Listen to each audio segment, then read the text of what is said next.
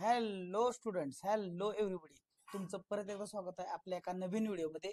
हा व्हिडिओ तुमच्यासाठी खूप इम्पॉर्टंट आहे. ज्या विद्यार्थ्यांना राऊंड 1 आणि राऊंड 2 मध्ये ऍडमिशन मिळालेलं नाही त्या विद्यार्थ्यांसाठी तर हा व्हिडिओ खूपच इम्पॉर्टंट आहे. तर व्हिडिओ नक्की शेवटपर्यंत बघा. या व्हिडिओमध्ये आपण काय करणार आहे की विद्यार्थ्यांनी राऊंड 3 साठी जो फॉर्म आहे तो फॉर्म कसा एडिट करायचा आहे आणि आपण काय काय एडिट करू शकतो हे तुम्हाला लाईव्ह प्रूफ दाखवणार आहे मी या व्हिडिओमध्ये. तर बघा, मी एका विद्यार्थ्याचा जो फॉर्म आहे तो लॉग इन करून इथं तो फॉर्म कसा एडिट करायचा आहे राऊंड 3 साठी, बरं का. राऊंड 3 साठी फॉर्म हा कसा एडिट करतोय हे आपण बघणार आहोत. तर व्हिडिओ नक्की शेवटपर्यंत बघा.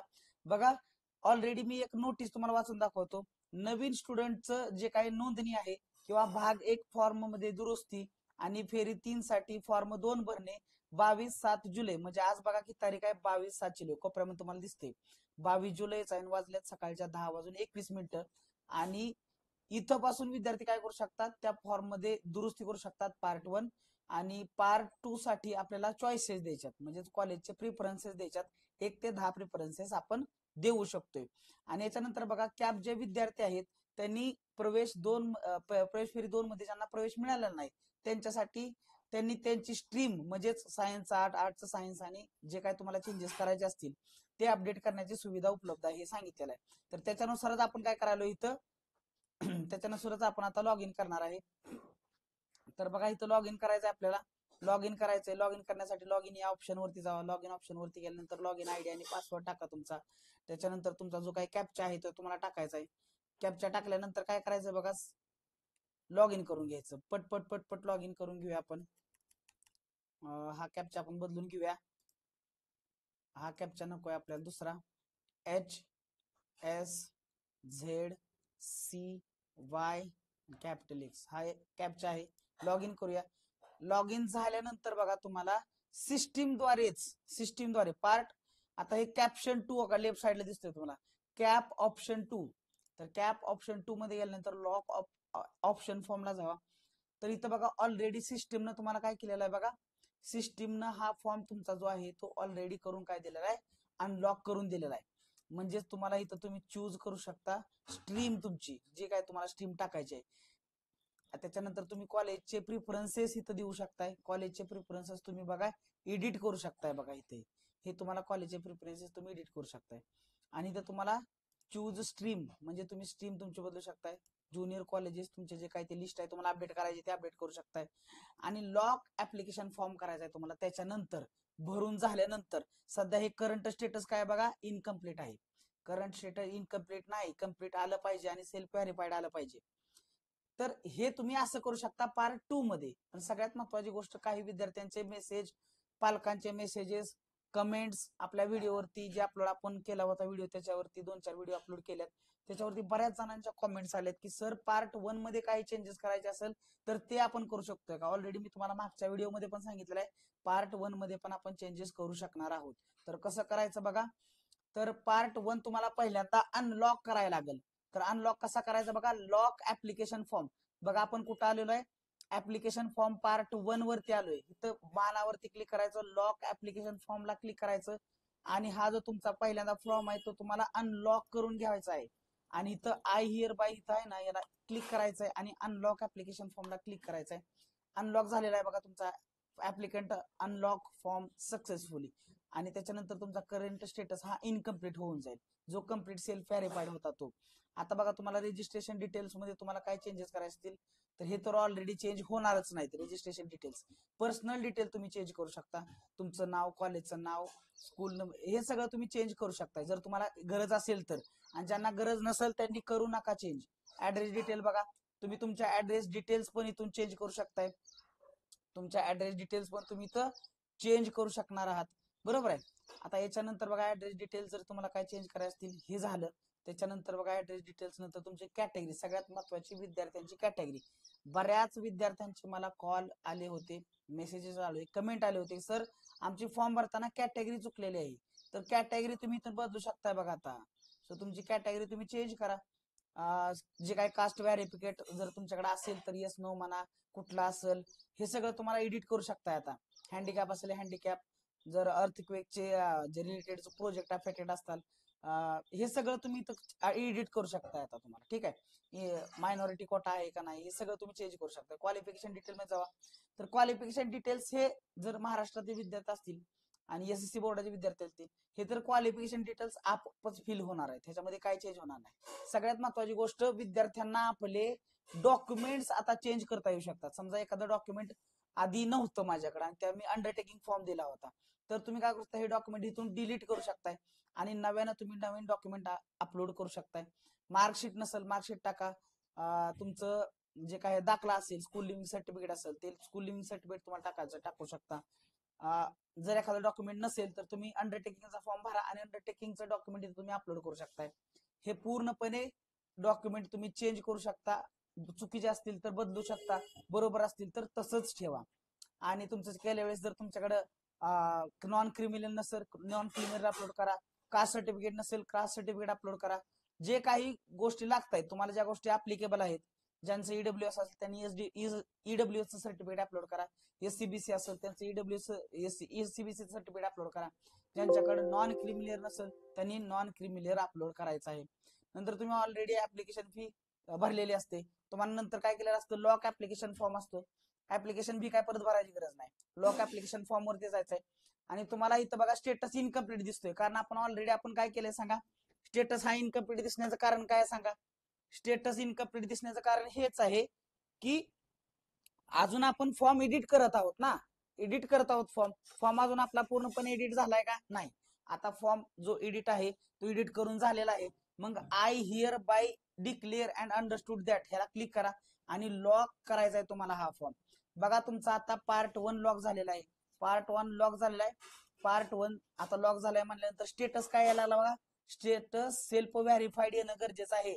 विद्यार्थ्यांचं बराच मला मेसेज आले होते की सर आमचा चुकून काय झालं, फॉर्म पार्ट 1 आणि फॉर्म पार्ट 2 अनलॉक झाले, म्हणजे अनलॉकच राहिले, आम्ही लॉकच केले नाहीत.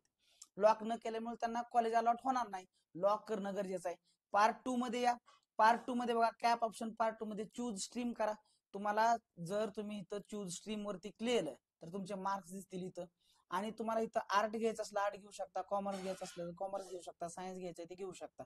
समजा गेल्या वेळेस तुम्ही फेरी 2 मध्ये सायन्स घेतलं होतं, पण तुम्हाला चुकून आता आता तो बदलायचा आहे, मला आर्ट घ्यायचंय, तर तुम्ही आर्टला सुद्धा क्लिक करू शकताय. बघा हे असं कन्फर्म करायला लागतंय तुम्हाला. आणि त्याच्यानंतर बघा तुमचं मीडियम आहे, मीडियम सुद्धा तुम्ही चेक करू शकता. गेल्या वेळेस जर तुम्ही चुकून मराठी टाकला असेल तर इथं तुम्ही इंग्लिश पण टाकू शकता, हिंदी टाकू शकता, काय पाहिजे ते मीडियम तुम्ही चूज करू शकता. त्याच्यानंतर बघा सगळ्यात महत्वाची गोष्ट इथं ज्युनियर कॉलेजेस, तर इथं तुम्हाला ज्युनियर कॉलेजचा प्रिफरन्स तुम्ही जो गेल्या वेळेस टाकला होता त्याच्यापेक्षा इथं काय दिसणार नाही, तुम्हाला ज्युनियर कॉलेजचा प्रिफरन्स हा तुम्हाला टाकायला पाहिजे. मग तुम्ही इथं काय करायला पाहिजे, मीडियम सिलेक्ट करायचं तुम्हाला. मीडियम सिलेक्ट केल्यानंतर डिस्ट्रिक्ट वरती जायचं आहे, डिस्ट्रिक्ट वरती गेल्यानंतर बघा तुम्हाला डिस्ट्रिक्ट तुमचा सिलेक्ट करावा लागणार. आता समजा डिस्ट्रिक्ट हा कोल्हापूर असेल तर कोल्हापूर, नंतर इथं एरिया कुठला सिलेक्ट करायचा आहे बघा, एरिया आपला कोल्हापूर सिलेक्ट केला आपण. आणि याच्यामध्ये तुम्ही मॅनेजमेंट टाईप, तर तुम्ही तर गव्हर्नमेंट एडेड कॉलेज टाकून, गव्हर्नमेंट आणि एडेड जे तुम्हाला कॉलेज पाहिजे ते कॉलेजचा नंबर हा वरती आला पाहिजे. एडेड कॉलेज सिलेक्ट करा, कॉलेजचा टाईप सिलेक्ट करा, नाही केलं तरी चालते, सर्च कॉलेजेस म्हणा. आणि याच्यामध्ये जे एडेड कॉलेजेस आहेत ते एडेड कॉलेजेस तुम्हाला इथं काय टाकायचे आहेत, ऍड करायचे. तर याच्यामध्ये बघा आपण पहिल्यांदा ऍड करतोय, न्यू कॉलेज ऍड करा. न्यू कॉलेज ऍड झाल्यानंतर आपल्याला विवेकानंद कॉलेज ऍड करा.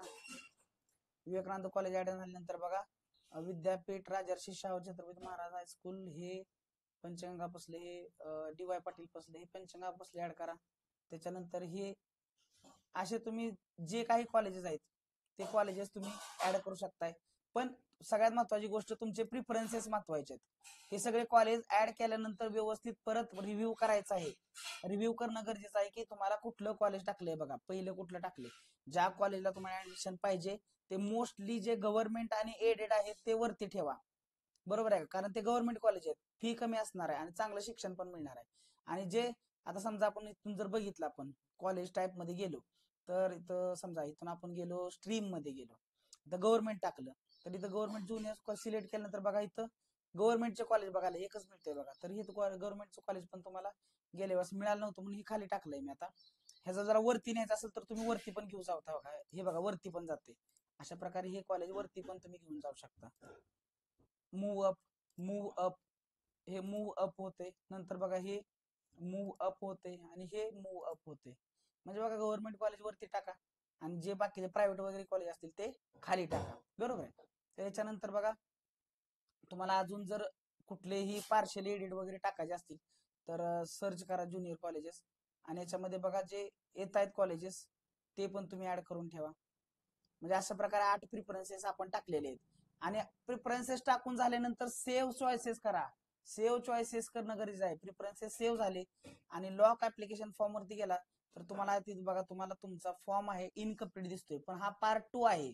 हा परत तुम्हाला काय करायचा आहे, लॉक करणं गरजेचं आहे. अशा प्रकारे फॉर्म आपला लॉक झालेला आहे. आपला फॉर्म एडिटिंग कम्प्लीट झालेला आहे.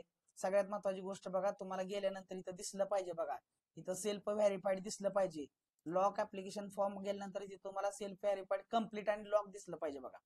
कम्प्लीट अँड लॉकड दिसायचं असेल आणि समजा तुम्हाला हे भरून झाल्यानंतर तुम्हाला वाटलं काय तर चुकलंय तर तुम्ही परत अनलॉक करू शकता. परत हा फॉर्म तुम्ही अनलॉक करू शकताय, काय अडचण नाही. पण हे अनलॉक करण्याची तारीख तुम्हाला माहित आहे सगळं. तुम्हाला तारीख माहित आहे, तुम्हाला डॅशबोर्ड वरती जाऊन तुम्हाला लॉग आउट करून दाखवतो. तारीख बघा किती आपल्याला, तर तारीख बघा लक्षात ठेवा, तारीख आहे आपली 22 आणि 23. 22 आज 22 बघा, आज सकाळी चालू झालेला आहे 10 वाजता कार्यक्रम आणि तो कार्यक्रम संपणार आहे कधी, 23 तारखेला संध्याकाळी 6:30 वाजता. याची विद्यार्थ्यांनी नोंद घ्यायची आणि कॅप राऊंड 3 साठी ह्या शेवट आहे. आता नियम तर तुम्हाला माहित आहे, ज्या विद्यार्थ्यांना कॅप राऊंड 1 मध्ये पहिलं कॉलेज मिळालं होतं त्या विद्यार्थ्यांना 2, 3 आणि 4 हे जे राऊंड असतील त्यांच्यासाठी ब्लॉक केलं गेलेलं आहे आणि त्या राऊंड विद्यार्थ्यांनी सगळ्यांनी स्पेशल राऊंड साठीच पार्टिसिपेट करू शकणार आहेत आता. आणि ज्यांना विद्यार्थ्यांना राऊंड 1 मध्ये 2 ते 10 मधले कॉलेज प्रिफरन्सेस लागले होते ते काय सक्सेसिव्ह राऊंड मध्ये 2 नंबर 3 नंबर 4 मध्ये पार्टिसिपेट होऊ शकताय. पण ज्यांना पहिल्या फेरीला पहिलंच कॉलेज मिळालं होतं, टाकलेलंच पहिलं कॉलेज मिळालं होतं, त्या विद्यार्थ्यांना परत एकदा सांगतो तुम्हाला स्पेशल राऊंड साठी वेट करावा लागणार आहे. हा रूलच आहे, याच्यामध्ये काही चेंज केले गेलं नाही. मध्ये मला वाटलं होतं की त्यांनी चेंज केलेला आहे पण चेंज केला गेलेला नाही. आणि ऍडमिशन शेड्यूल तुम्हाला ऑलरेडी माहित आहे, ऑलरेडी आपण याच्यावरती व्हिडिओ बनवलेला आहे, त्याची लिंक तुम्हाला डिस्क्रिप्शन मध्ये मिळूनच जाईल. तर बघा 22 तारखेने 23 तारखेला तुम्हाला हे सगळे चेंजेस करायचे आहेत. सेम कॅप साठी आहे, सेम क्वाटासाठी आहे आणि त्याची बघा 26 तारखेला तुम्हाला अलॉटमेंट होणार आहे. तर 26 तारीख 27 तारीख आणि 28 तारीख 3 दिवसामध्ये तुम्हाला प्रोसीड फॉर ऍडमिशन करायचं विद्यार्थ्यांनी लॉग इन मध्ये आणि कॉलेजला जाऊन जेव्हा अलॉटमेंट लागेल तेव्हा याच्यावरती आपण व्हिडिओ बनवणारच आहे. पण सध्या एडिट काय काय करू शकतो, कसं करू शकतो, लाईव्ह प्रूफ तुम्हाला दाखवलेला आहे. ज्यांना ज्यांना हा व्हिडिओ आवडलाय त्यांनी लाईक करा आणि ज्यांना ज्यांनी सबस्क्राईब केलं नाही त्यांनी सबस्क्राईब करा. तर 26 आणि 27 आणि 28 तारखेला तुम्ही ऍडमिशन तुमचे कंप्लीट करू शकताय. आणि हे राऊंड 3 झाल्यानंतर ज्या काही वॅकन्सी लागणार आहे त्या वॅकन्सी 30 तारखेला लागणार आहेत बघा. राहिलेल्या वॅकन्सी राऊंड 4 साठी 30 तारखेला ह्या प्रदर्शित केली जातील. असंच व्हिडिओवरती लाईक करा, चॅनलला सबस्क्राईब करा. जर तुम्हाला व्हिडिओ आवडले असतील आणि तुमच्या काय अडचणी असतील तर कमेंट करायला विसरू नका. कमेंटचं उत्तर मी 100% देण्याचा प्रयत्न करत असतोय. तर अशा प्रकारे बघा भेटूया आपण एका नवीन व्हिडिओमध्ये. जेव्हा अलॉटमेंट होईल तेव्हा आपण एक व्हिडिओ नवीन बनवूया तुमच्यासाठी खास करून. Thank you so much for listening patiently.